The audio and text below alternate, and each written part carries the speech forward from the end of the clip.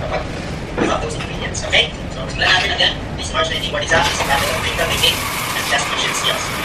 Yan po. Very good. With Sir Melvin.